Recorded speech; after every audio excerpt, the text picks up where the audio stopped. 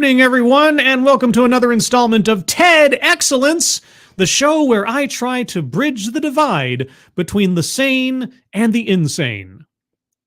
How am I doing?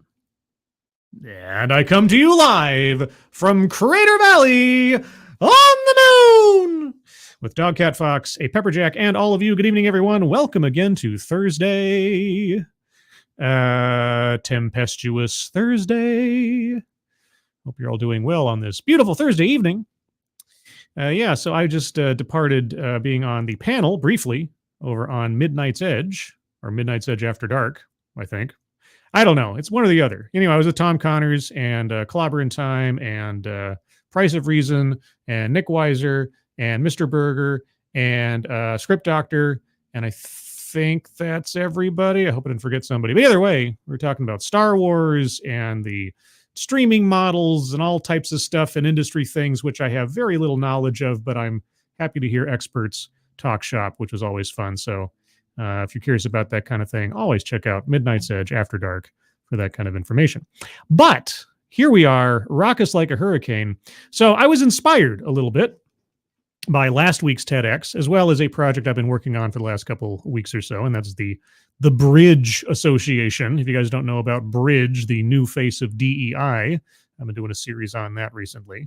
But in between last week's TEDx speaker, the former CEO of Wikimedia and the current CEO of NPR, she was talking about trying to find a lowest common denominator truth by which everyone could agree and therefore create some kind of overall consensus amongst the polarized factions in our country, which felt pretty insidious the way that she put it, but it still stuck in my mind. And then I'm doing a series on a thing called Bridge. And then I saw the title of this TED Talk, right? And I mean, how could I not? How to bridge political divides from two friends on opposing sides. I'm sure it'll be great. But I also think that maybe, just maybe, this might be one of the rare instances where I pick a TED or TEDx talk that might have something substantive to discuss. Irate Bear. But I guess we'll find out together. But before I get to that, who is joining me on this tempestuous Thursday evening? Go back to the top of the list here. Mike R., good evening. Tony Giff, good evening. Mansquatch, good evening. Keeverdam, good evening to you. And thank you, Keeverdam, as always, for providing the links to the GoFundMes for our friends Moonshock, James Colley, Natalie, Angela Ariaga, and Rhonda. If you guys can take a look at those and donate to them if you're able. If you're not, please do share those out on social media. Our friends could use some help if you have it to give, and I appreciate it on their behalf. Thank you so much. Who else is here? Rotten Corpse, good evening. Aspianti. Well, now there's a name I haven't heard in a while. Hi, Aspianti. How you doing? Derek LaRue. Derek LaRue sent a YouTube link, but I can't click on right now. I'm sure it's cool, whatever it is. I must have missed the reference to it earlier in the chat. But Derek LaRue, good evening to you. Who else is here? Cynic, good evening to you. And scroll down a bit. Advocatus Diaboli, good evening. Oh boy, everybody's talking up a storm beforehand. Vader 35, good evening to you. And Antler the Mad, good evening. Noah Asensio, good evening. Tier Alexander the Scourge, good evening. And scroll. And A2P, good meaning? Good meaning. I meant good evening. Good evening. Shadowclaw, good evening. LD, good evening to you. Matt Barnes, good evening. Jam, good evening. Attorney Eris, good evening. Attack Alpaca, good evening. Payar DeBayar, good evening. Draco Rincewind, good evening. The Blakester, good evening to you. Angelverse, good evening.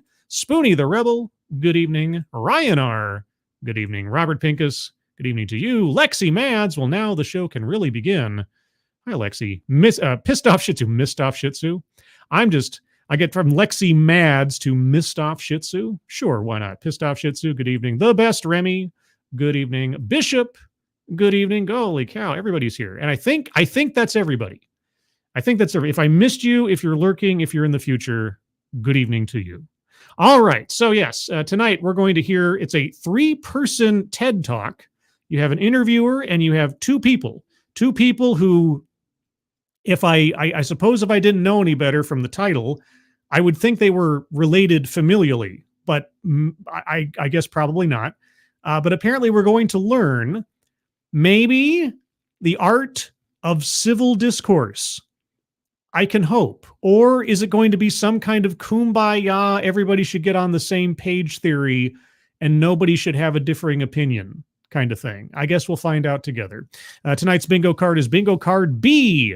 B as in Bridge Over Troubled Waters. That was the winner of the poll on Twitter.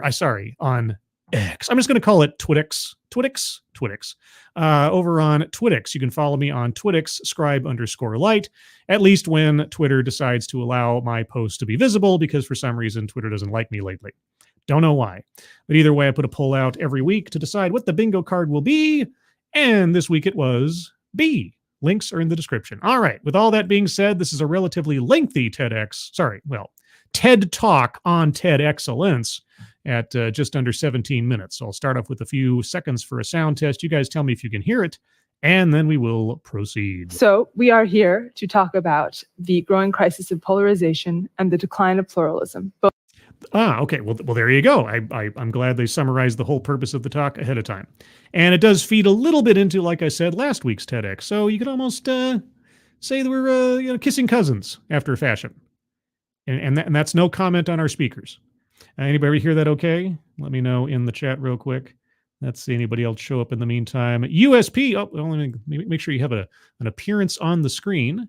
USP 211816. Good evening to you. And Advocast Diaboli, I hear it. It is going straight from my right ear to my left ear, as if there is a bridge where my brain should be. Sure. And Texas Attorney General Secret Agent, good evening. All right, so this is about the polarization and the decline of pluralism, both in the United States and around the world, and what we might be able to do about it collectively to address it.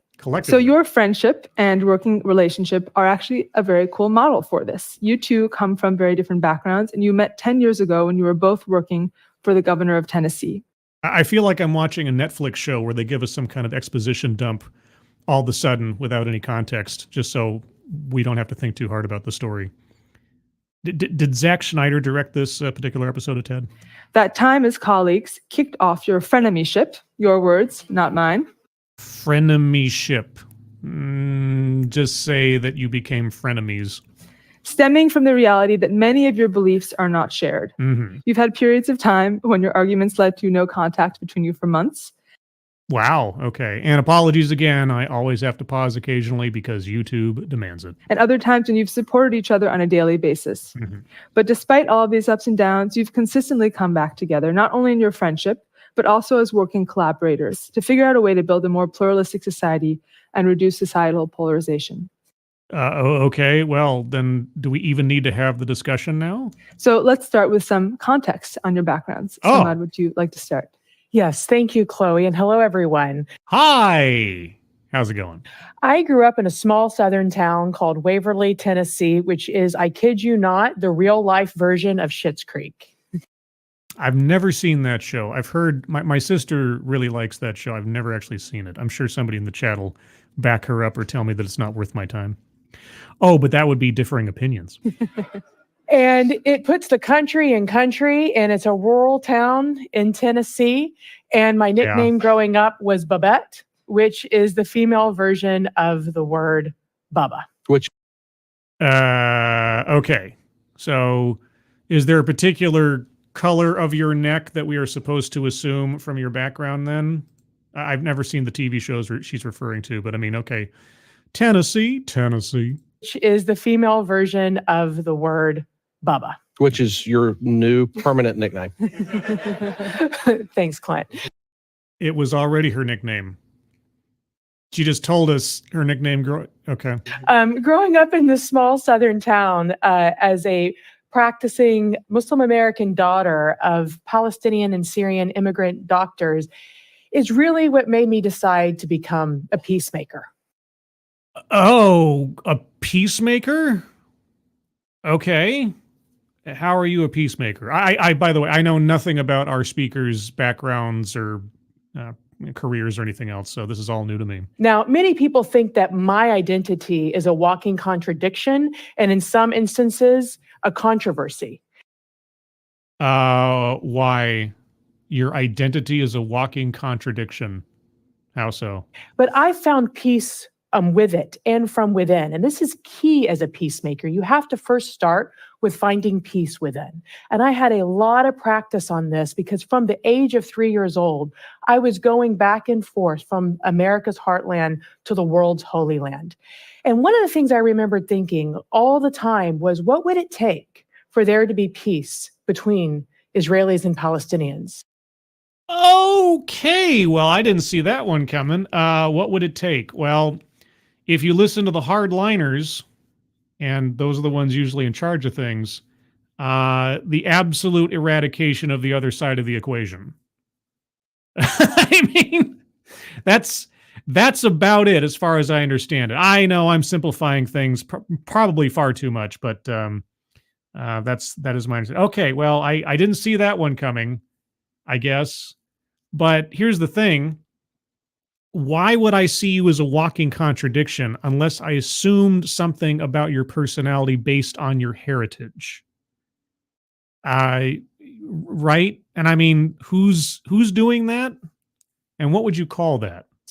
And to my surprise, that same question is now being asked here in the United States. Now being... You know, I don't know if you've heard of something called, just as one example, the Camp David Accords. I don't know if you heard of those. Maybe you haven't heard of those.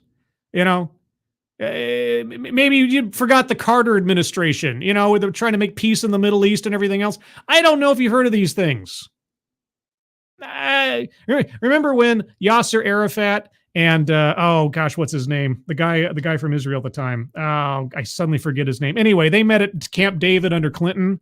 And they tried to hash out a peace agreement where they were going to basically split up the Holy Land into different sections and different people would have different responsibilities and they'd finally, come to an accord. Remember that? Only now is it being discussed in the United States. Sorry to be a little sour on that, but I just feel like, if you want to completely delete history, that's one way to do it. What will it take for us to have peace here in America? What will it take to have peace in America? Are we at war, everybody? Are we at war? No. I know a lot of people talk about the impending civil war in America, which is pretty much nonsense. But are we at war? There, you could say we are having a culture war. You could say that we have a rhetorical difference that is more rancorous in the last, say, 10, 15 years than perhaps in times previous. But here's something that I learned from an old TV movie. As long as you're talking, you're not fighting. And so far, except for certain protest movements, I suppose, and Summers of Love, I don't feel like we're at war, but maybe that's just me. Thank you so much. And how about you, Quint? Yeah, so I grew up in and around a city called Knoxville, Tennessee. Okay, well, sorry to pause so quickly there, but we do have, as has been pointed out in the chat now, at least one and now the beginning of another childhood or family anecdote. So let's go over to the board real quick and remind ourselves what we're listening for and also circle what's already been put up. Marginalization. Not yet. I think her walking contradiction comment might come into play at some point. Self-vilification or wretchedness. No, she was talking about what people might perceive, but that's mind reading assumes motives. We'll get to that in a moment. Contradicts own point or argument. Don't know what it is yet. Feminism. No. Microaggressions or unconscious bias. Not really. Privilege. Not yet. Benevolent condescension. Not necessarily. A weightless example. Haven't gotten far in it. Plays victim. Perhaps. Collectivize his own demographic. Ooh, well, Southern, well, we'll see. Economic disparity, not specifically yet. Argumentative non sequitur, no. Attempt to coin new buzzword or buzz phrase, not yet. A list, not yet. Mind reading assumes motives, yes. While you might think that's a walking contradiction, my identity is a walking contradiction. So we'll circle that one. Also circle free space because it's free. Patriarchy, not yet. Anecdote that probably never happened. We haven't had any yet. Diversity, equity, and or inclusion, not yet. White supremacy, no. Childhood or family anecdote, circling that one. Systemic, institutional, not particularly yet. Leaves out vital context. There's still time to go. Sales pitch for product or service, no. And word salad, not quite yet. There's a couple in there that are, might be might be a circles, but we'll see. So far on the board for sure. Free space, mind reading assumes motives, and childhood or family anecdote. Remember, we're on bingo card B. And, in the chat, Killer Turnus, good evening to you. And Urcule de Stefano, good evening to you. All right, here we go. It's in East Tennessee. It's in the foothills, just in Appalachia, right outside the Great Smoky Mountains National Park. Mm-hmm. And my dad was a small town bank president, and I lived kind of a dual life, a little dual existence. I would come home to a very small place where we lived, where we went to church. But then during the week, Monday through Friday, I would commute into Knoxville, into the city. This is all very interesting so far, and I still have to pause. Okay. And go to a prep school there. And at an early age, because of that school, I learned that I love to write. And I spent my formative years writing for the student newspaper, writing for the literary magazine. And, that turned into going to the University of Tennessee and studying journalism, and then a 15-year career as a journalist. Great.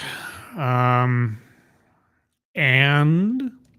so what I really am, in essence, is a communicator. I'm somebody who, loves to write for people and talk to a lot of different kinds of people. Okay. I own a public affairs firm in Nashville and practice there. Okay, sorry. I occasionally do have to pause, and this is all very boring so far. Get to the meat of it. All right, you are two different people. I could tell that just by looking at you, more or less. So when do we talk about what are you fundamentally different on? I own a public affairs firm in Nashville and practice there.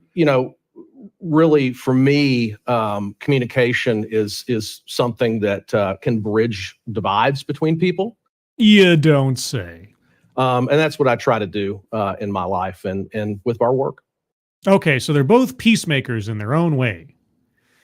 Tier Alexander says, privilege, his father was a banker. Well, is that privilege or is that economic disparity?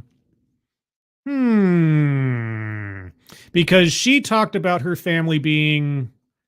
Wait, no, both her parents were doctors, right? Oh, yeah, so never mind. They were both doctors. Well, let's see. Let's see if they talk about it. I mean, in the course of the conversation, maybe some of the differences in their backgrounds and everything will highlight some of these squares on the board. All right. Well, so thank you both for that. But let's hear a little bit more about this frenemyship. What's the deal? All right. Well, look at us. I mean, there's a lot of assumptions that people make about us, and also personality-wise, we're pretty hard-headed. I make no assumptions about... Okay. The only assumption I could make about either one of these people when I look at them is that somebody has a familial history of male pattern baldness. Other than that, what do you think we think? Because, you should work in a movie theater. That's the whole projectionist thing. But anyway, what do you think we all think about you just by looking at you? We have strong personalities. We both think we're right all the time. I am. He's working on it.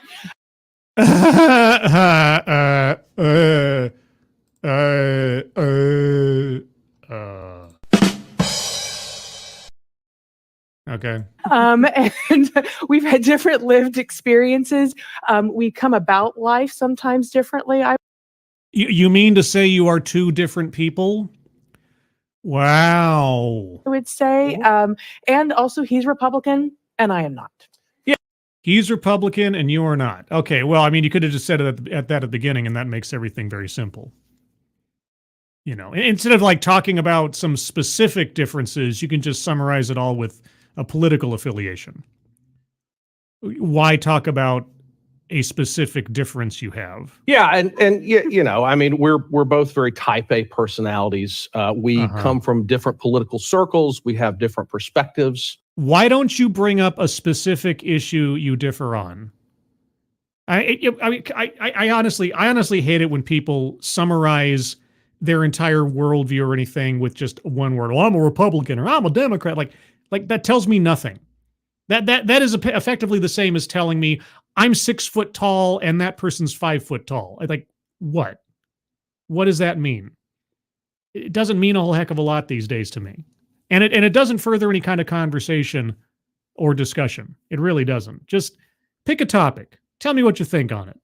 It doesn't really matter what side of the political aisle you fall on unless your side of the political aisle defines your opinion for you.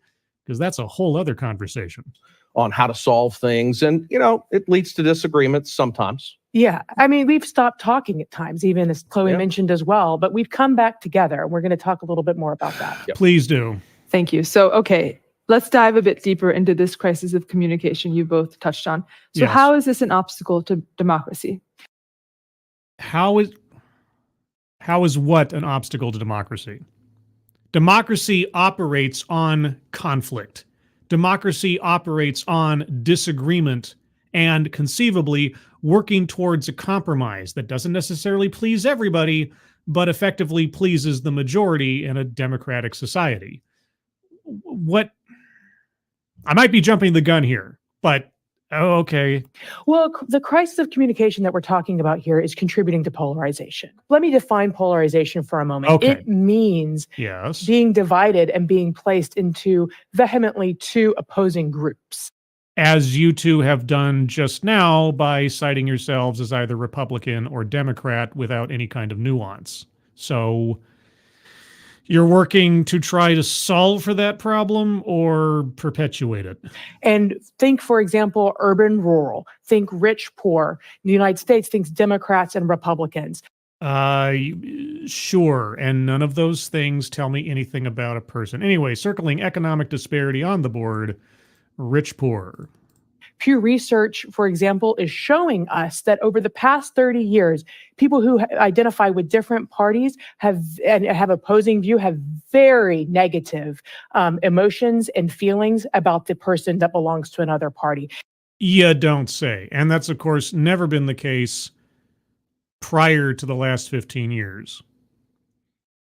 Hey, I got an example for you. How about two rival teams and their fans? Do you think there are any strong emotions about that? Any kind of advantages to tribalism in some cases for creating a community or finding a common enemy or something? That's not just basic human instinct, but okay, yes, It has doubled since 1994. So okay, well, at least she didn't say 2016. If she said everything started with Trump, then I would have been like, come on. But okay, 1994, doubled. All right. To another party. It has doubled since 1994. So for over the past 30 years. And this is contributing to a trust deficit, trust deficit between neighbors. We're all feeling it between neighbors, between family and friends, between citizens and democracy, and between citizens and illegal immigrants. No, democracy. Sorry, citizens and democracy. January 6th, is that going to come up? Democracy and between citizens and government as well. Okay. Citizens having a distrust of government is actually a healthy thing. I don't know if you know this. I don't know if you know there were some things written into the Constitution at this forefront that sort of was meant to push that idea just a little bit. And that is in part happening because of an authorizing environment for hate and violence. Oh. And for example, we are seeing that 30% of Americans right now are okay with violence in some circumstances as they find it justifiable. Of course I'd be okay if it was justified. Why wouldn't I find self-defense a justifiable use of violence? Why wouldn't I find restraining a dangerous suspect by police a justifiable use of violence? Okay, I'd really like to talk to the percentage of Americans who thinks that there's never an instance where violence is justified. What are you talking about? Really? And also, people feel that our institutions and that our systems and even our government is riddled with corruption and hypocrisy. They are! Have you... Okay, this is what 4 some odd years of doing Lords of the Night has taught me and reading the news every night. They are riddled with corruption and hypocrisy. You just have to listen to what they say and the results of what they do. Why do you think we have laws? Why do you think we have, ethics committees? Because it's expected, because people are inherently fallible. You trust all institutions? You think that skepticism over governmental bodies is bad? What are you saying? Yes, I just said the quiet part out loud. Sorry, I'm backing up a little bit. Your bravery did what now? Viable.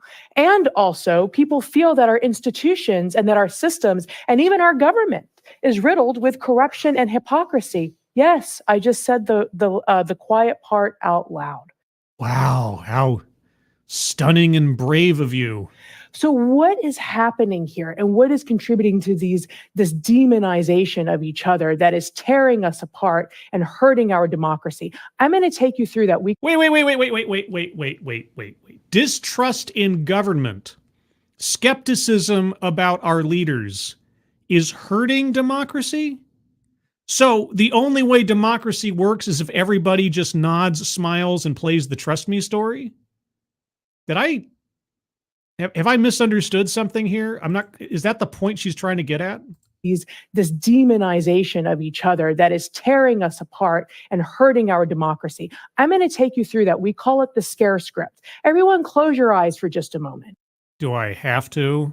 Is something bad going to happen? Okay, my eyes are closed. And imagine someone in your community, either in your neighborhood or your workplace or your school, that person who has been demonized or who has demonized you. Drunken uncle. And I want you to hold that person's image in your mind as I take you through the scare script and how this works. A giant pineapple. Because you can open your eyes or keep them closed. It's Oh, thank you. I appreciate you giving me the permission. Up to you. Now, I don't want to demonize anyone that's real, so I'm going to use plaid people for the purposes of demonstration today. So, why? Why not use a real world example? Plaid people? Okay, so you're technically talking about race? What? Okay. So plaid people, here we go. This is how this works. This is how the slippery slope and the downward spiral that turns into hate and violence works. You know what might also contribute to it? The fact that there's two people on the stage that are supposed to be like sharing ideas and going back and forth, and you're the only one that's been talking so far? Demonization process. Okay. It starts with labeling plaid people. I don't like plaid people. Plaid people are bad. This pulses existing or creates animosity. Plaid people, they're really making me upset.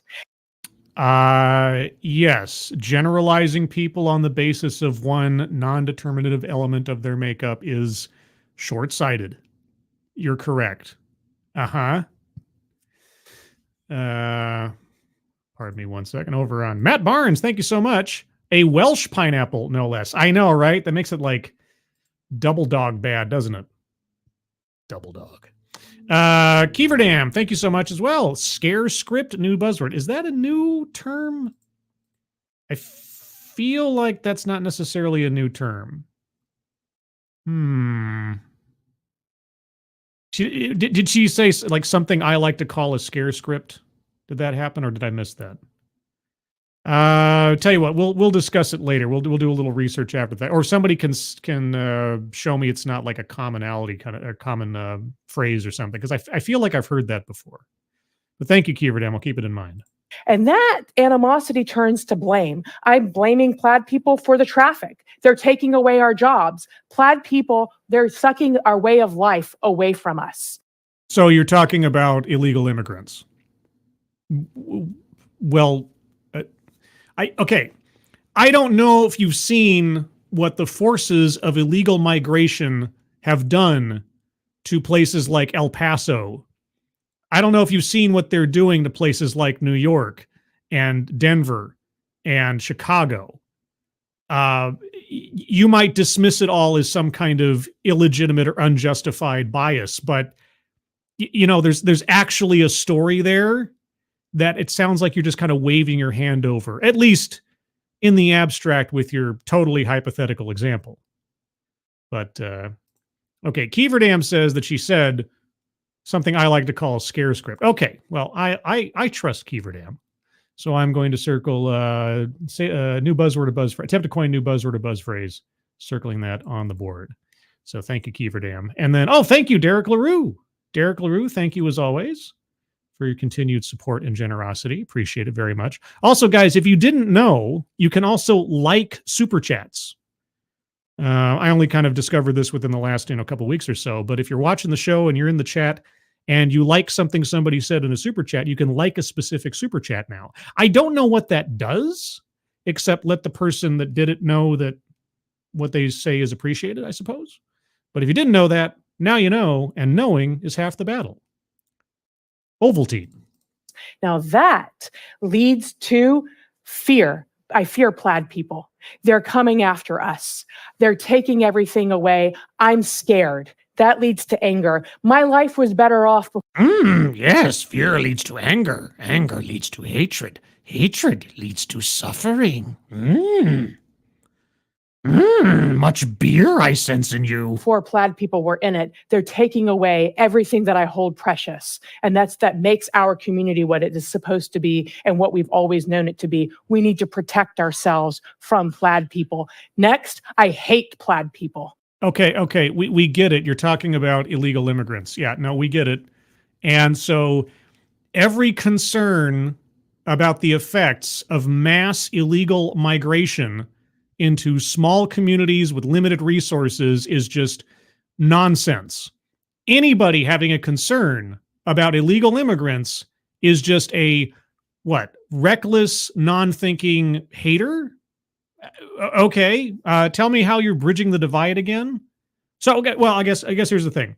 If she is a peacemaker, I would expect that she would now rejoin herself, right? Come back with a counterpoint that at least allows for the possibility that the other side may have a legitimate concern, right?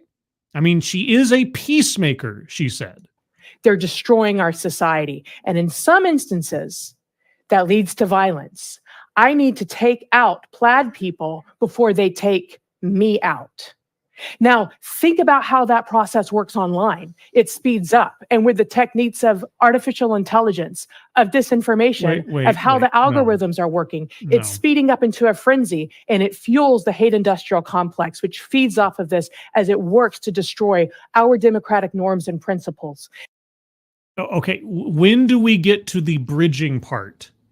You're a peacemaker, right? You're talking about illegal immigration. It is the thinnest, metaphor, simile, whatever you want to call it. It just analogy. It doesn't. The hate industrial complex. Great. I mean, we don't already have a buzzword. Where's the part where you're going to concede something to the concerns of the other side?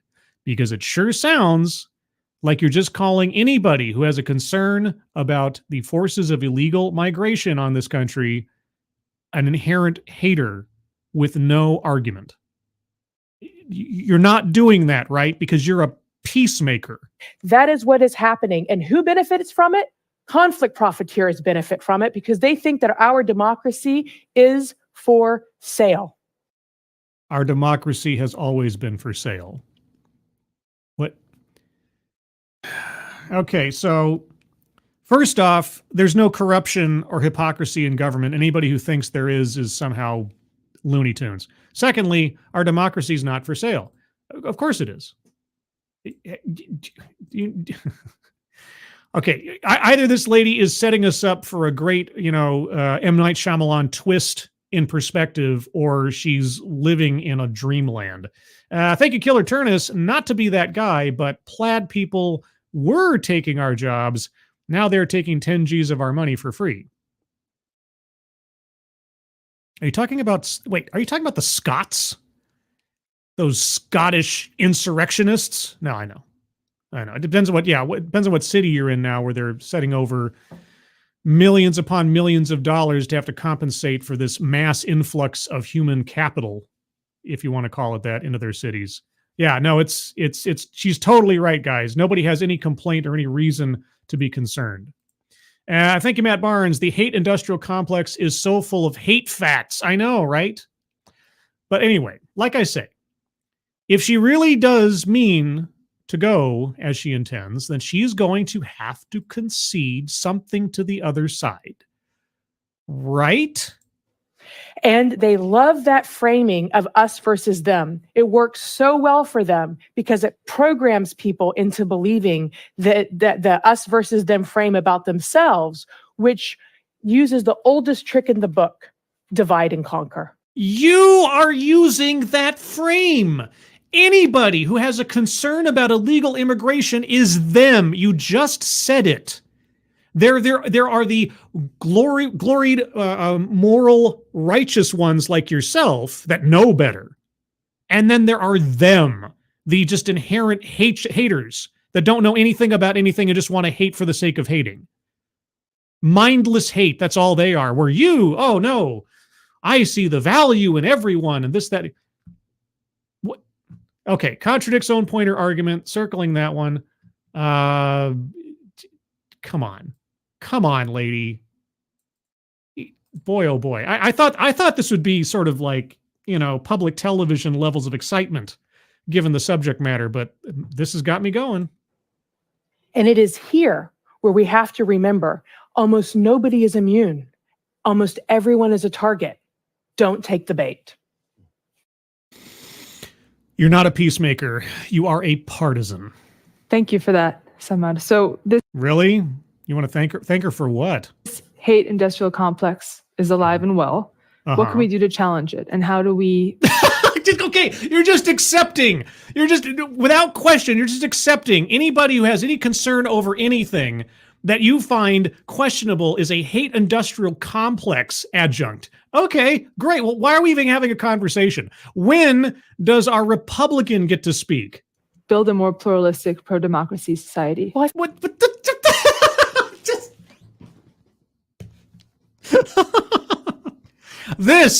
This is the dream of the NPR CEO. From what we heard last week, this is the outcome that she has wanted. I think we have to remember what Todd Rose tells us about collective illusion. How about we let the other guy talk? You want to get back to pluralism? That means more than one perspective. When does the other guy get to talk? And that is that people in group think, as they the group that they self-identify with, they fear retribution if they question what the group is thinking. And they also assume that the group is thinking sometimes what the group might not be thinking. But the assumption is, my group thinks this way, therefore I must think this way. Otherwise, I'm going to be outcasted from the group. So could you have any kind of contrary opinion to the party line about how all illegal immigrants are just innocent people and they have absolutely no negative effect on the cities that they come into and overwhelm? That there's no concern whatsoever? Do you even have a little bit of doubt, a little bit of a subversive thought on that? You are pushing the party line. There are only two sides. There is the hate mob and there is you. Are you even listening to yourself? This leads to two things. One is people stop questioning each other and people stop letting other people speak when we're over halfway through a TED Talk and our other speaker has only had the opportunity to give a minor biography on himself. Group that they self-identify. Oh, sorry, let me back up a little bit. I did cut her off. Group might not be thinking, but the assumption is, my group thinks this way, therefore I must think this way. Otherwise, I'm going to be outcasted from the group. This leads to two things. One is people stop questioning each other in the group that they self-identify with. And two, people stop talking to each other. Yeah. Oh, okay, finally he's going to cut in. All right, so what if somebody questioned you on your anybody who says that illegal immigration is a problem is simply part of the hate industrial complex? You want to talk about delegitimizing people before they even had an opportunity to say anything. You want to talk about taking away the individual humanity or opinions of somebody, just group them all into a monolith that you can easily ignore as bad people. You're a peacemaker, right? That's what I was told. To each other. Yeah, and I mean, there are some folks who probably are surprised that we're up here together. There's folks back home that are. I can't say that I'm surprised because you haven't had an opportunity to say anything yet. But let's see. Wow me with your other opinion. And I mean, there are some folks who probably are surprised that we're up here together. There's folks back home that are surprised that we work together all the time. And, that could lead to folks distrusting us. It could lead to And us, it has. And it has. It leads to folks, Let him talk. Your time is done. casting us out of certain circles. It can lead to a lot of things. But, at the end of the day, we find ways to work around that. That's right. And we're better for it. No, okay, dude. Do you have an opposing viewpoint on what she just laid out at all? Her thinly veiled analogy for illegal immigration. Do you have anything to say on that? Even though we don't see eye to eye, Clint helps strengthen what I'm thinking. And it's because of our differences that I think we find joy also in crossing boundaries. Like what? Have a debate. Pick a subject. What are you talking about? And it makes us better. And that better is how? pluralism. That's not, no. He makes you stronger. That's pluralism. That's allyship.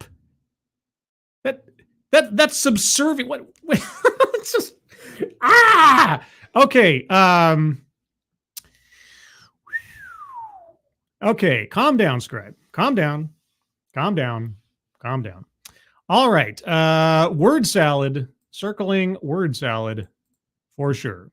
I saw somebody in the chat said there was a list. Did I just, my brain might have just gone straight over the list. What was the list?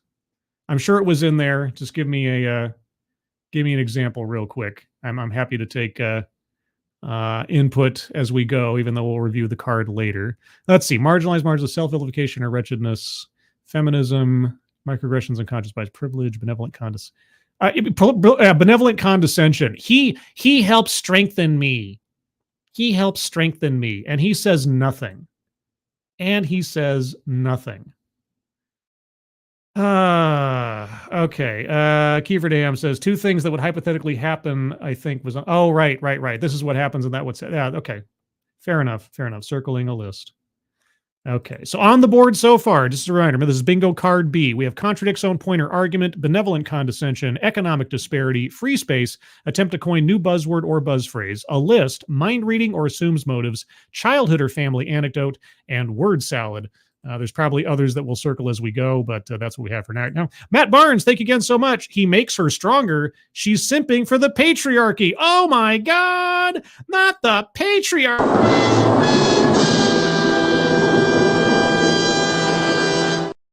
Well, I mean, he could also be a male feminist. See, it's not so cut and dry. But let's see. Will he ever stand up, metaphorically speaking, and give us an opinion of his own? I love that is how you define pluralism. I think it's such a good example. And that's how you define pluralism. He really makes me a stronger debater. And one thing people might say in response to this idea about pluralistic society is that it's an unrealistic expectation, that it's a utopian vision we can never truly achieve. So, Clint, I'd love to hear your opinion. Do you feel that that's too visionary? Well, I'm a former journalist, so I'm not often asked to be optimistic. It's not really comes with territory. If you say so, I've met a couple of optimistic journalists before. But here's what I see. Okay. So, there's been this concept for a long time in American politics about the big middle. It's a pretty simple concept. And that is that most of us don't live on the extremes of politics. That is probably true. Most of us are not to the far left, to the far right. Most of us have pretty shared values and a pretty common set of things that we all care about. So if you accept that to be true, sort of fast forward and think about what is the current zeitgeist in this country. It's really rejecting institutions, which in a lot of ways is just rejecting authority. Is it perhaps rejecting institutions that have shown they cannot be trusted? I mean, rejecting authority might be something reflexive, like you're a whiny teenager or something, or it might have some justification to it. Are you guys, either of you, going to bring up an example where you at least concede the possibility that there is justification for thinking a particular way about a thing, and not just saying that any thinking like that is immediately wrong or just hate mob filled? So think about all the things that Americans have rejected in the last, 10 years? Okay. We've rejected free speech. We've rejected free speech. Well, I don't know if we've rejected free speech. I think that our institutions have done their best to tramp on free speech, but we haven't rejected free speech. We've rejected science. We've rejected science? When did we reject science? I know what you're talking about, but have you seen the results of tests and tests and tests and studies over the last 2 or 3 years? Who was rejecting science again? Are you sure you're the Republican on this stage? Rejected science. We've rejected government. We've rejected government. Rejected media. We've rejected a lot of things. What do you mean we, white man? What are you talking about? Who are you talking for in this instance? Are you sure you two are actually on the opposite sides of anything? And so what would happen if that willingness to challenge institutions, for example, turned an eye towards the monolithic tech companies that sort of control everything that we read and that send us through algorithms all the content that comes to our phones and our tablets? Oh, yeah, no, there's never been any animosity, opposition, any skepticism over the sanctity of tech companies. I don't know about you guys, but when I go to bed at night, I put my hands together and I thank Mark Zuckerberg for keeping an eye on all of us. I mean, I don't know. It's different for everybody. Some people go for whatever the Google guy's name is, or whoever's running YouTube now or something. But it's like, really, in Mark we trust. In Zuck we trust. We started asking questions about that. What would happen if we started demanding of all of our leaders a little more common sense? What would happen if we start demanding of our leaders a little more common sense? I don't know. What? Oh, God. This is just another waste of time, isn't it? I was hoping for an actual robust debate, a productive conversation, something about civil discourse, but we just have, Babette and the Simp on the stage here. That's it. That should be a new TV series, Babette and the Simp. A little more pragmatism. What if we demanded more pragmatism and more focus from them instead of lapping up the red meat? Okay. How would you suggest that be done? Right? I mean, you run the public policy or whatever organization. You've been a journalist for many years. You've talked to a lot of people. You must have a suggestion as to how we reach that point, right? I mean, obviously, no one prior to you on this stage has ever thought, golly gee whiz, wouldn't it be great if our politicians had more common sense?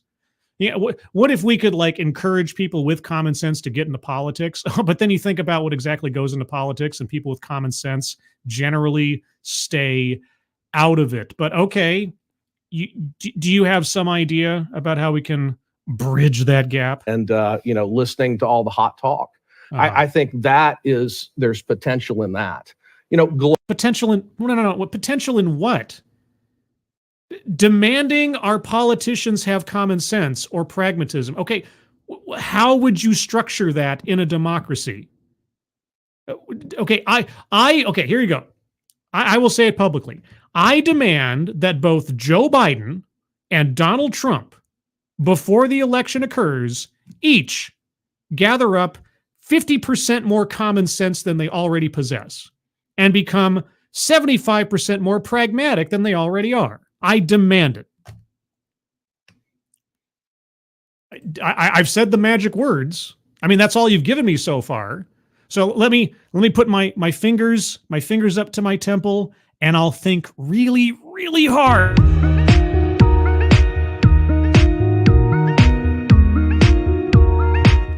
Did it happen? Did it happen? I mean, I did what you suggested, right? Simply demanding it. Wow, what insight. What value. Thank you again, Matt Barnes. He was referring to the mouse in his pocket by we. Also, they should call it Bring Out the Simp. Bring out the simp. I agree. That's a good one, too. Bring out the simp.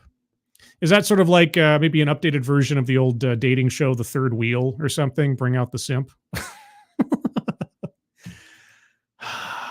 Okay. All the hot talk. I think there's potential in that.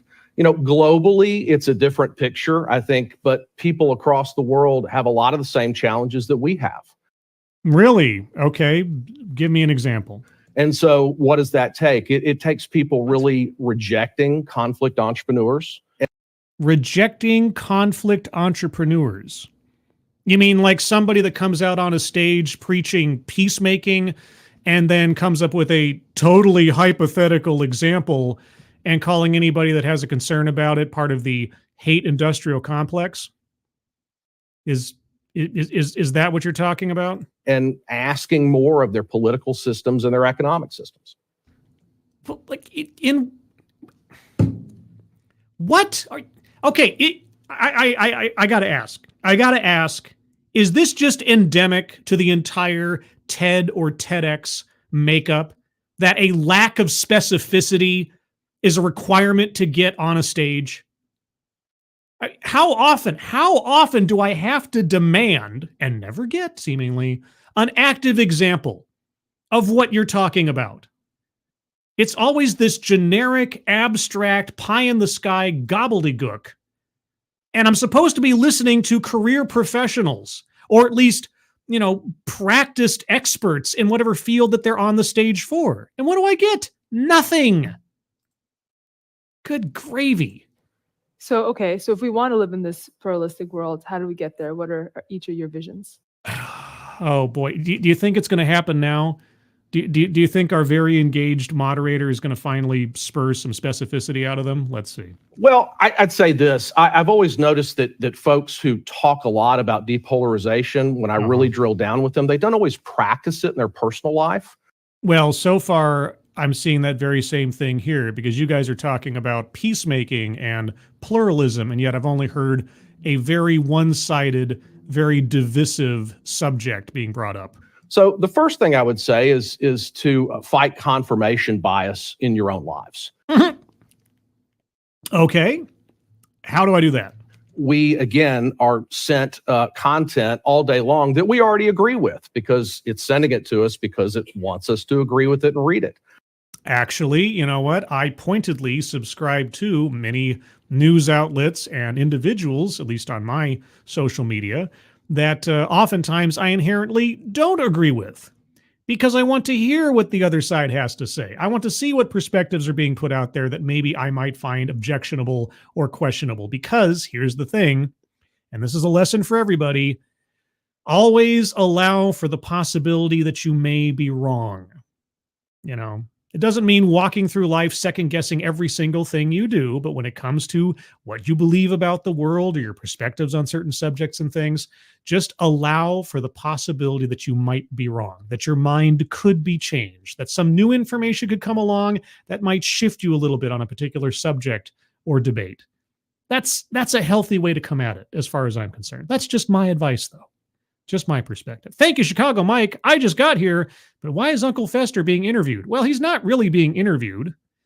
He's kind of just saying things. And he's there as, I don't know, a intellectual external hard drive for our female speaker to strengthen her in her divisive, polarized viewpoint, I guess. But thank you, Chicago Mike. Appreciate it. Anyway, you were saying what now about what now? All day long that we already agree with, because it's sending it to us because it wants us to agree with it and read it. Algorithms. Algorithms. It's the algorithm. So go outside your comfort zone and read things that you know are going to make you mad. Well, I don't read things I know are going to make me mad, but I will read something from an outlet that generally might go against the grain of what I usually find you know, does he have two differently colored eyes or something? And I'm just asking just because I'm seeing this, like this eye here seems darker than the other one. Or is that just, maybe it's just the lighting or something. This looked odd for a second. Just go ahead and read it, understand whatever the other side of your argument is. Yes. Go seek that information out, focus on it, at least try to understand it. Yes. Okay. All right. You know what? All right. I will accept that. On sentiment, I accept that. And that's effectively what I promote on this channel. I sit down and I listen to things and perspectives and people who, at least on the surface, are promoting ideas oftentimes that I might find questionable or I don't understand, so that I can try to understand them. And even if I come away still disagreeing with them, I at least have a better idea of what I am disagreeing with. So on that score, he's absolutely right. I agree with him on that point. So yes, avoid confirmation bias as much as possible, even though we're all always going to have a little bit of it as best as we try. I'd say that'd be the first thing. Okay. Then take that a step further. Do you know anybody that you really dislike and disagree with? And do you spend any time with that person? Drunken uncle. Probably not.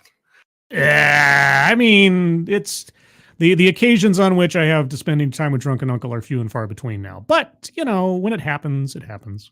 So, in your personal lives, your work lives, your neighborhood, wherever, go find somebody that you probably disagree with a lot and ask them to dinner. Go have a drink with them or a cup of coffee and spend some time getting to know them. It's really easy to be polarized if it remains in the abstract. Mm-hmm. Well, I'll tell you what, it's kind of, it has been difficult in the past. I'll tell you this. I have attempted a couple of times to have people on my channel to interview who possess or are promoting a viewpoint that I find objectionable in some form or another. And the problem is there's no benefit to them coming on and having a discussion or a debate oftentimes. Because A, my channel's not ginormous, so they're not going to get some big profile out of it. And B, they're not wrong in thinking, although I would do my best to avoid it, that it might just devolve down into a shouting match. I don't think I would ever reach that point, or if I thought I would, I'd probably avoid the discussion altogether. But no, I have, and there's people within my family and people in my associations that I disagree with on things. Depends on what we're talking about, whether or not I'll engage with them on it, because sometimes those are going to be productive conversations. Sometimes it's not worth the time. But sure, as much as is possible and within reason, you should entertain ideas and perspectives that on the surface you may not think you would agree with or find any value in, because it is worthwhile. It is worthwhile. I would encourage everybody to do it on both sides of the proverbial aisle. The other side of whatever side you're on is not humanized. So if you put a human face to it, it certainly helps. I'd say Does it though? I mean, our first speaker was like, hate industrial complex. There aren't any people involved in this. They're just cogs in a machine that don't think about anything. So is your partner in crime over here, your frenemies, is she actually taking your advice on this? I wonder. So if you put a human face to it, it certainly helps. I'd say the final thing is in your community, whatever that is, to really demand more of your leaders right down to the local level. By demand more, are you talking about what, town hall meetings? Are you talking about putting up different candidates? Like, you keep talking about demanding things from the leaders in this country. Okay. In what way? By what mechanism? I mean, all is local. Sure, you go to a town hall meeting, you do this, that, the other thing. Okay, maybe. Sign a petition, so on and so forth. Okay. But at the highest levels, what are you talking about? Nationalizing local issues is never a winner. All it does is, cause rancor and ineffectiveness. Nationalizing local issues is never a winner? Nationalizing local issues, never a winner. I'll have to think about that one. So if you've got a local leader who is not representing your community well and focused on things that really aren't going to help your community, call them out on it. And then vote them out. Then go back to that person you disagree with all the time and had lunch with and find something that you can work on together and, put your differences aside and make it happen. What? Okay. I'm not going to just go through the same rant again, but seriously, do you have an example, even a hypothetical one, something that I can dig my teeth into? Together and, put your differences aside and make it happen. This is some practical advice. Yeah, it really gives me a lot of hope. It does. It gives you what gave you a lot of hope? What? What? About you, Summer? Yeah, I say, we the people are one of the reasons why we're so divided. And the irony here is that it's going to be we the people that gets us out of this mess. And we're not getting out of here otherwise. And so I think we need to get into the democracy gym and start practicing a couple of these things that Clint just said. I want to underscore about community, about having courageous conversations. Courageous conversations? Glenn Singleton, are you nearby? If you don't understand that joke or reference, I don't blame you. It's kind of obscure. Courageous conversations. How about the courageous conversation of allowing for the possibility that having a concern over illegal immigration does not make one part of the hate industrial complex? Is that within your wheelhouse? Because it sure didn't sound like it. Sure sounded like there was no middle ground. About community, about having courageous conversations, about listening to each other. And I want to add just a couple of points, just three of them, if I may. Oh, three? Well, if we don't already have a list circled, we have a list circled now. One is we need to ask the question, whose responsibility is it? Whose responsibility is what? So in asking that question, we restore agency and we move from feeling powerless to being powerful. About what? And Clinton and I just practiced this and are practicing this, for example, around the Covenant shooting that we just experienced and figuring out we have a complex problem here with mass shootings. We all do in this country. We have a complex problem with mass shootings. Okay, what were you two differing on in regards to mass shootings? Do you have an example? How do we join hands together to try to solve that problem? How do you join hands together to try to solve the problem of an insane, murderous criminal doing insane, murderous criminal things? I don't know. What would you suggest? The second thing is that we need to move away from a scarcity mindset and embrace a growth mindset. A scarce of what? We need to stop playing these zero-sum games and start working towards win-win. And one of the ways that we do that is we think about, if I let Clint in, I don't need to be scared that he's going to take everything. I need to meet that fear with hope. But your primary example was that concerns over illegal immigration have no justification, and that anybody who has such a concern is on one side of the hate industrial complex. I don't know why I shouldn't have to keep bringing this up. You have put out and you have made yourself out to be the worst example of some kind of peacemaker, as you have so vauntedly branded yourself. And if we work together, we can expand the pie, we can create more opportunity, we can work better together.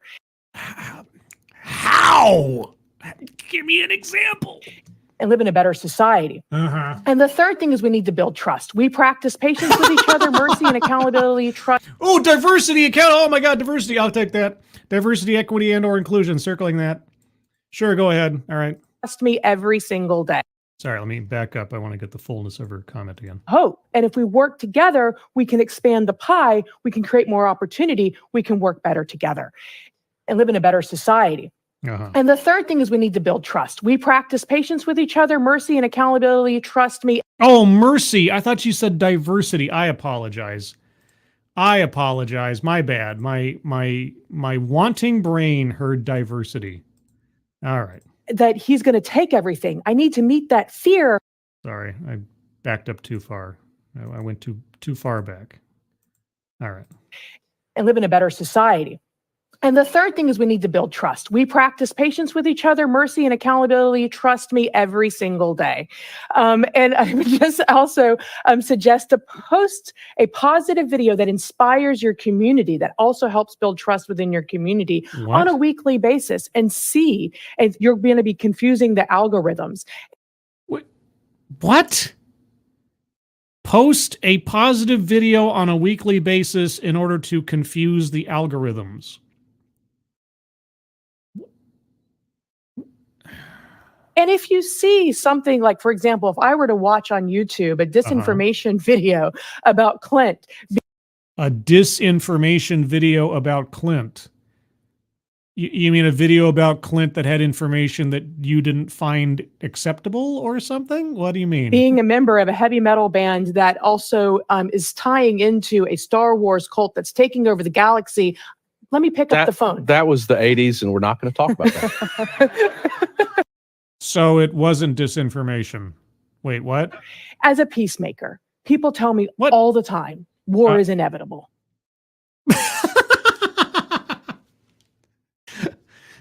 People tell you all the time how are you a peacemaker? You have not in any way, shape, or form outlined an example or an instance where you have been a peacemaker in this talk.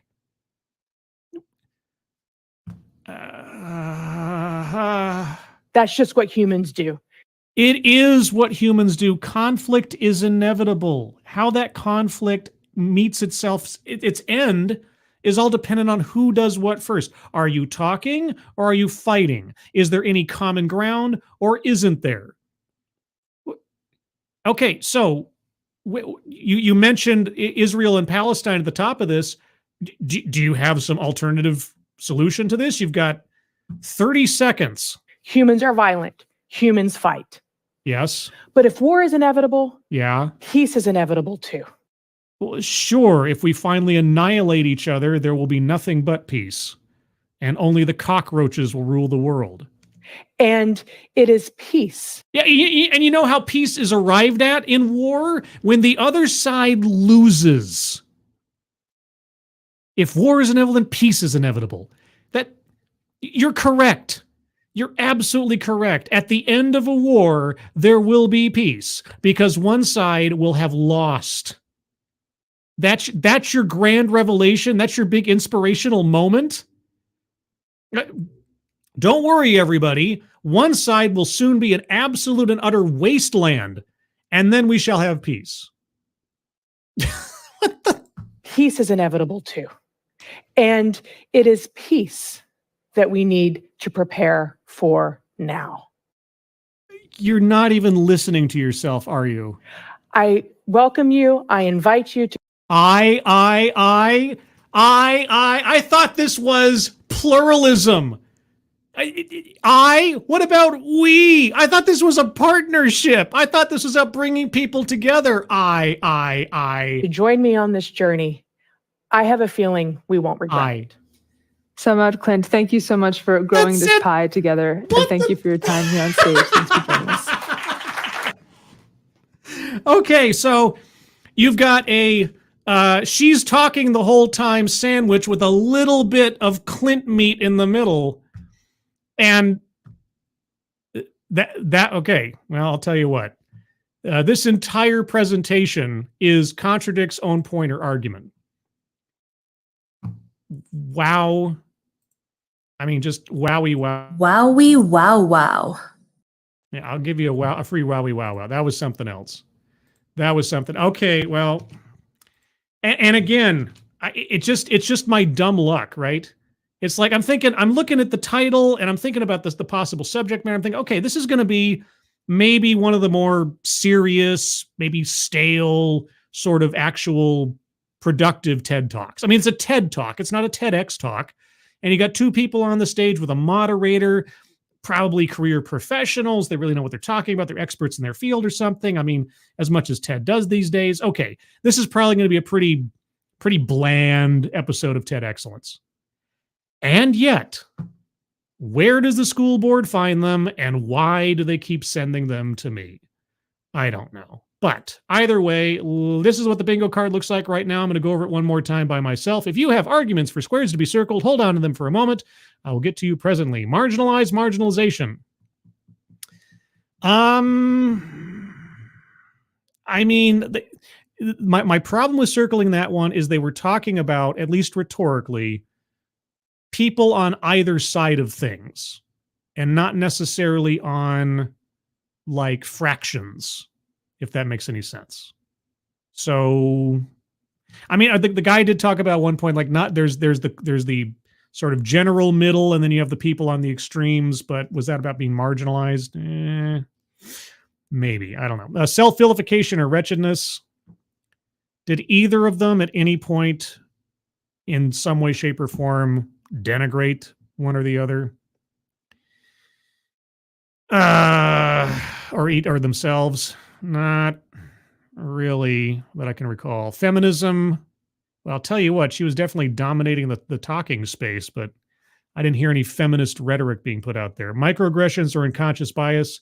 Yes, I'm going to circle it for unconscious bias because she mentioned at least twice, you may think you know something about us just by looking at us, etc. That was also mind reading assumes motives, but it feeds into both subjects. So circling that one. All right, privilege. I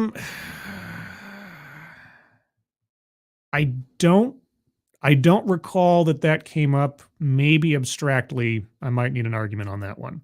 Weightless example. She brought up the Israeli-Palestinian conflict. Didn't come back to it. She called herself a peacemaker. Never demonstrated it. Brings up the plaid people thing, but then doesn't even attempt to use that as a springboard to talk about opposing viewpoints. It's just one side is bad. Plays victim. I don't know that they ever played victim, either one of them. Or if they did, I don't recall. So moving on. Collectivize his own demographic. Yes, us on the right side of thinking about quote-unquote plaid people. I mean, she could have come up with something a bit more abstract than illegal immigration. She really could have, but she didn't. So, yeah. Argumentative non sequitur. The entire talk, I'm a peacemaker. I'm on one side, I'm on the other. That never came up either. They never gave us one example of something they disagreed on at all. It's just ridiculous. The whole thing was absolutely pointless. The whole purpose promised in the title was never fulfilled. Bingo. What? Bingo! Yeah! Of course! That's our first bingo. Might not be the last. Let's keep going. Patriarchy. Again, they never really talked about like an overarching controlling men or anything like that.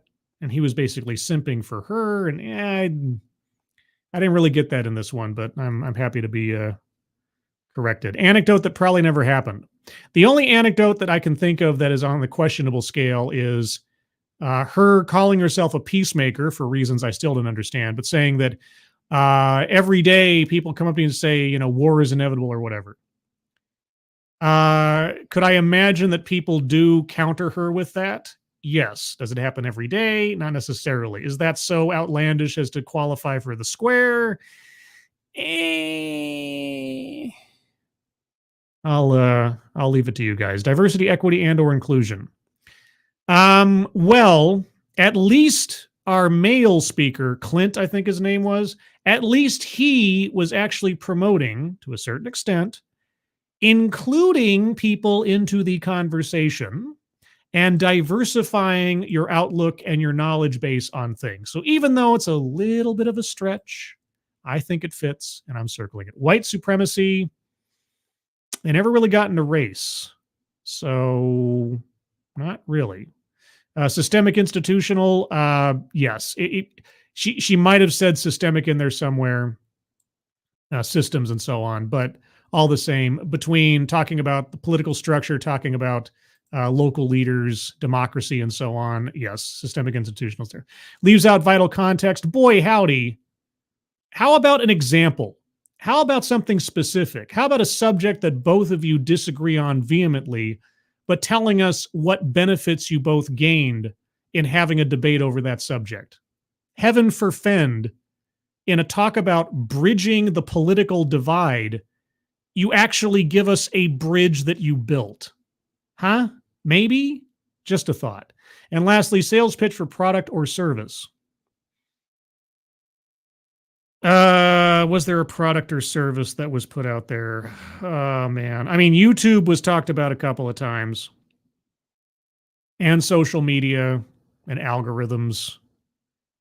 She was playing up YouTube videos. If I found a YouTube video or put up a YouTube video on something that I like and so on, you know what? I'm going to take it. Bingo. What? Of course! So there we go. Our second bingo.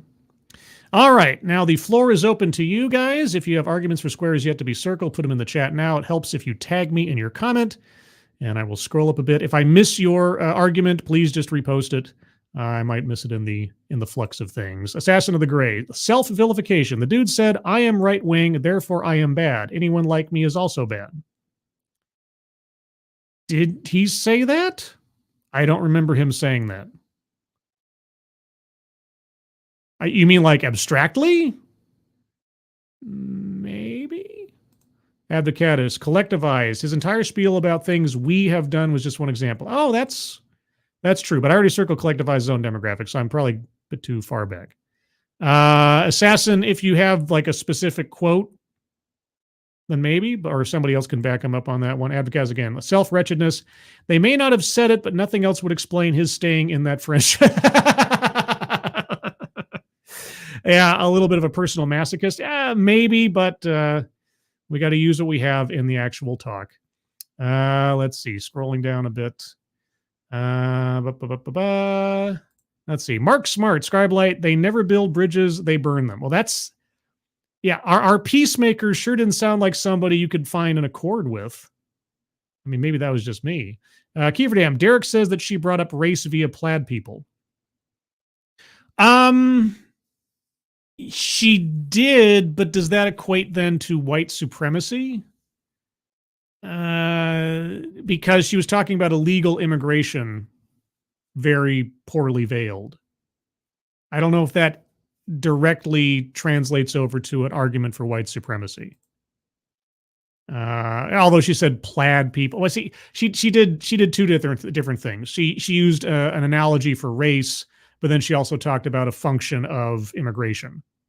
So, I don't know. SWD40, I just noticed the goldfish ring. Yes, in several of the bingo stingers, I have hidden various inside jokes. And the goldfish ring is one of them. How many other people noticed that? Advocatus, the entire talk was them playing victim to the conflict entrepreneurs and the hate industrial complex. Oh,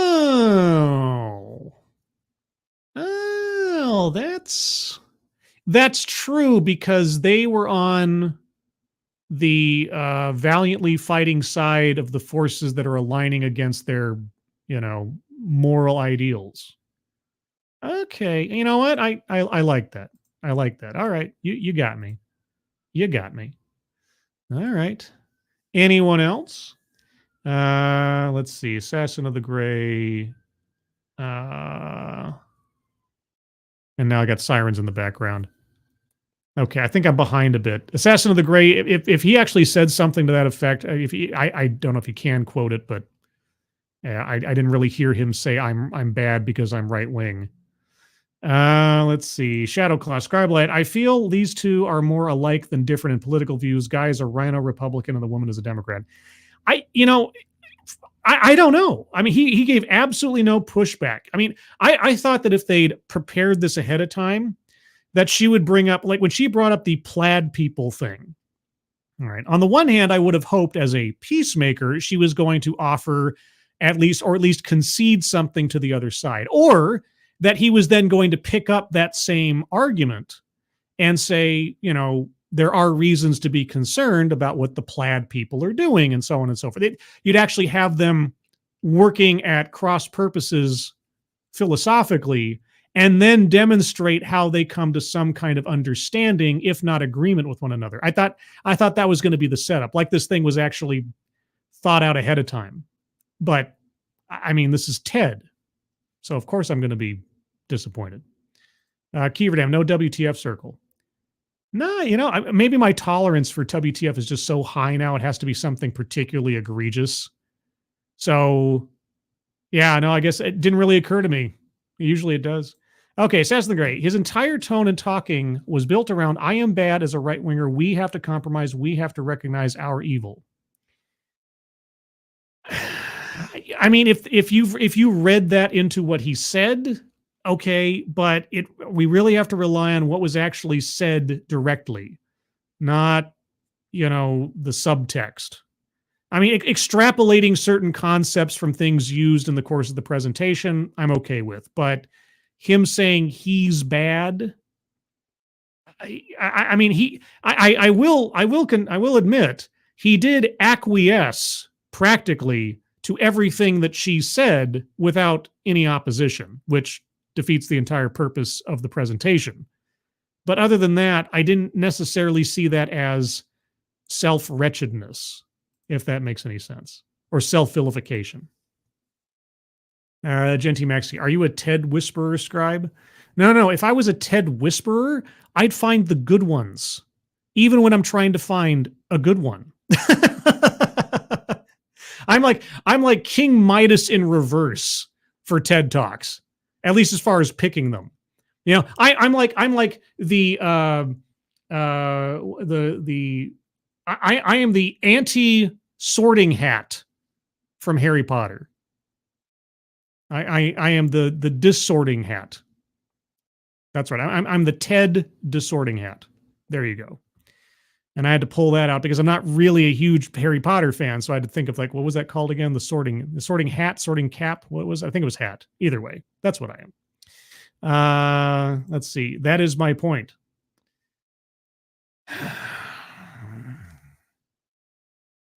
Okay. Well, okay. So I guess here's the question. Did Clint's demeanor and his lack of opposition, does that denote a demonstrable self-vilification and a wretchedness? Okay, that's in Assassin of the Grey. If I'm not summarizing that correctly, let me know. But if I am summarizing correctly, let's just say for the moment, was his demeanor and behavior and performance on the stage a broadcasting of some sort of inherent self-vilification? I feel like I'm getting into mind reading territory, but I'll open it to the floor. Do you guys think that Clint was effectively self-wretchedizing himself the way that he presented his argument or presented his contribution? Let's try that. Mark Smart. I'm sorry, but it doesn't from how Scribelight is saying it. Okay. And again, I'm just trying to sort of encapsulate what I think Assassin is saying. Let's see. He screams of dude not getting to see the bear later if he didn't talk right. I'll take that as some kind of Canadian euphemism for whatever that's a euphemism for, seeing the bear. I'm sure it means something completely wholesome in Canada. Let's see. Anybody else got an opinion on self-vilification or wretched? It's not even a bingo square, so I'll be a little more lenient. But I need something a bit more, because it would help if there was something he said that could anchor that. And I don't know that he said anything directly that put him in the crosshairs of self-vilification or wretchedness. Of the two of them, he's the only one that said anything reasonable the entire time. So I'll give it another minute or two here. If anybody else wants to back up Assassin or give a direct example that they can think of, then by all means. Let's see. Advocatus. I really think, even though they never mentioned marginalization, they themselves marginalized a vast number of people in her talk. Oh. That's not bad. That's not bad. And she did effectively vilify an entire swath of the population by just calling them the hate industrial complex for disagreeing on immigration. Let me think about that one. Tier Alexander, privilege. He said his father was a banker, and that implies money, thus privilege. Well, he talked about his father was a banker, and he went to prep school.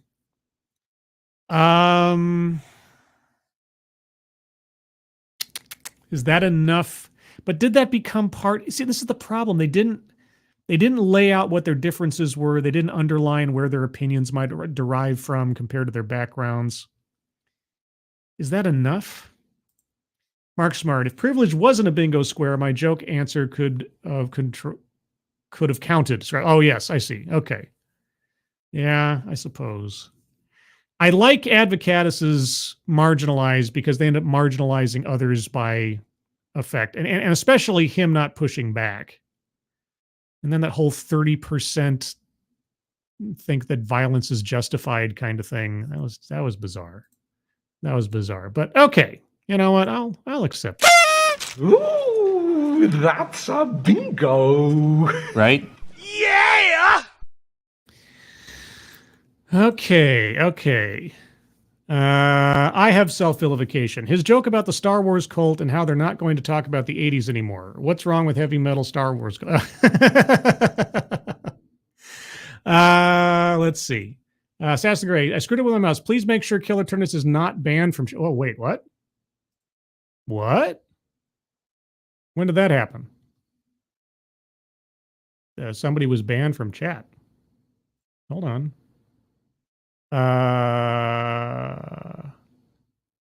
I don't know how to fix that if that did happen. Did that happen? Somebody need to... Killer Turnus, are you there? Okay, Killer Turnus is here. He's here. But he's not banned. So whatever you did, Assassin the Greater thought you did, you didn't do it. So you're okay. You're okay. All right, good. All right, so I appreciate you alerting me either way. Okay. All right.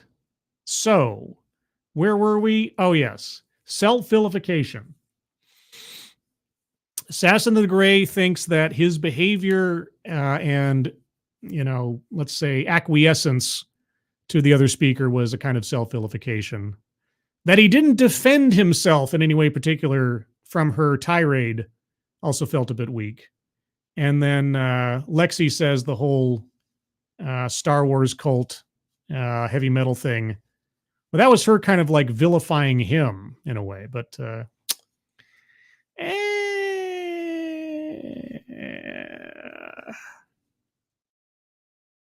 okay. You know what?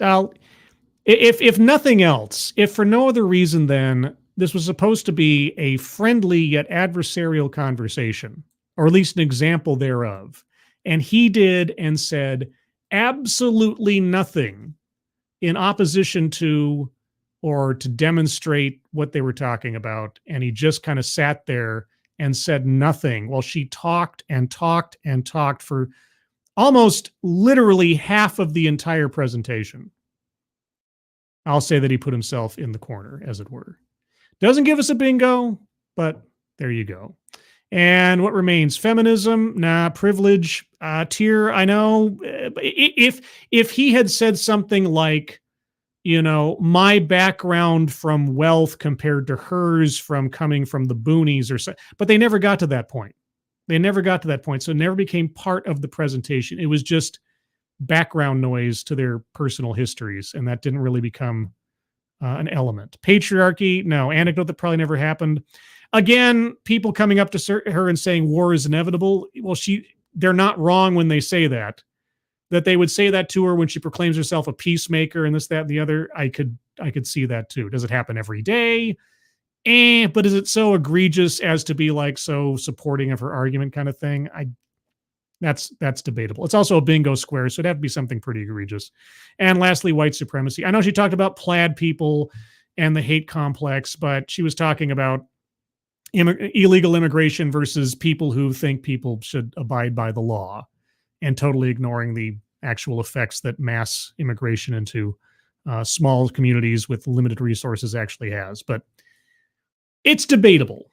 And here's the thing. If you have an argument that I have not gotten to, or you have a refined argument that you could get to later while you're listening to this in the future, leave a comment. I have retroactively circled squares in the past that have led to bingos, and I will reflect that onto the Discord server if that happens to be the case. So again, not to be too contentious, but if I didn't agree with your point as you put it on here already, or if you have a better one, a more refined one, or something you think will be a better sell to me later on one of the squares left uncircled, put that in the comments. You can also, if you'd like, put it into the Discord server. In the Discord server, well, there's a link right there in the chat for you right now. If you're not already a member, click on that. You'll find yourself on the landing channel called Say Hello. And in addition to saying hello, you just have to say the secret word. The secret word tells me that you're not a bot and can actually join the Discord server. And so today's secret word is hate industrial complex. Just say hello, hate industrial complex, and I'll know that you watched the show and can join the Discord server. Beyond that, let's see, what else do I have to do here?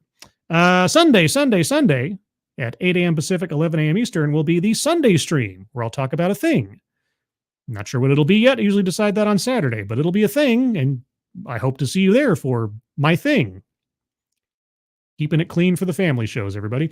Outside of that, shout outs. What shout outs do I have? I have shout outs, don't I? Oh, yeah, I do. Sinatra Says. Go check out Sinatra Says, or now The Silent Sin on YouTube for various installments of the AAA meeting, a tri-weekly show talking about current events and laughs and all that fun stuff. Also, you might also check out Drunken Uncle, I suppose. He has a Twitch channel, and he's got does he still have a YouTube channel? I suppose maybe he still does. Either way, you check out Drunken Uncle if you really want to, I guess, if you have to. Also, Polydub. Polydub is also a member of the AAA show. He has a channel. He does something called Noir Bar once a week.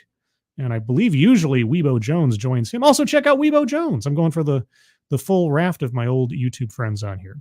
Also, Polydub is the one that animated my avatar. Have you seen my animated avatar? You may have noticed it before. Well, here's a quick.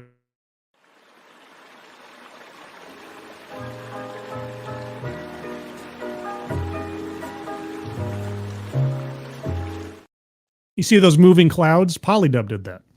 And I've always credited him in the credits of my shows. So thank you, Polydub. Anyway, everyone, I'm going to call it here. Thank you all for joining me. Moderators, thank you for keeping an eye on things. Even though everyone here is so well behaved, you have very, very little to do. Everybody who donated either to myself or to the GoFundMes at the top of the chat box, thank you guys so much for your generosity. Really, really do appreciate it. Rib Rascal has a question in the chat here. What song is that, by the way? Well, it's actually a song called Husky. Sorry, it took me a second there. I was thinking it's based off of an older song, but it's a revision. It's called Husky by Joey Pecoraro. And there is a link to that song and to all things Joey Pecoraro in the description. It's part of all of my shows because Joey Pecoraro, quick story, that song was put out as a free, copyright-free, royalty-free song several years ago. And then this company came along and decided that somehow they owned the song. And this is after years of my making videos with that as my opening tune. And suddenly I got copyright claimed on about 5 or 6 videos all at once. And I was like, uh-oh, what's going to happen now? And I thought my channel was going to be killed. And so I did a Hail Mary play, and I attempted to contact Joey Pecoraro himself on Twitter and say, hey, I know this is a long shot, but I've been using one of your songs that was copyright-free, royalty-free, and now somebody's saying that they own it, and all of my videos are getting grabbed. Is there anything you can do? And I'll tell you what, within 15 minutes, Joey Pecoraro himself referred me to his agent, his manager, and I contacted that guy, and they got my channel whitelisted. And I cannot express how grateful I am. I've always made sure that his name's in all my videos, even before then, but certainly after. And so please do check out Joey Pecораro's work. Check out his site. If you like his music, be sure to download his tunes. It's good stuff. It's relaxing stuff a lot of the time. They tried it again a couple of times in the last year or so, but I always just go back to Joey's manager and I say, hey, they're trying it again. It's like, I'm sorry, we'll get that fixed. And they get it fixed. So there you go. It's the power of social media. Sometimes it works out for you. Anyway, everybody, hope you enjoy the rest of your Thursday.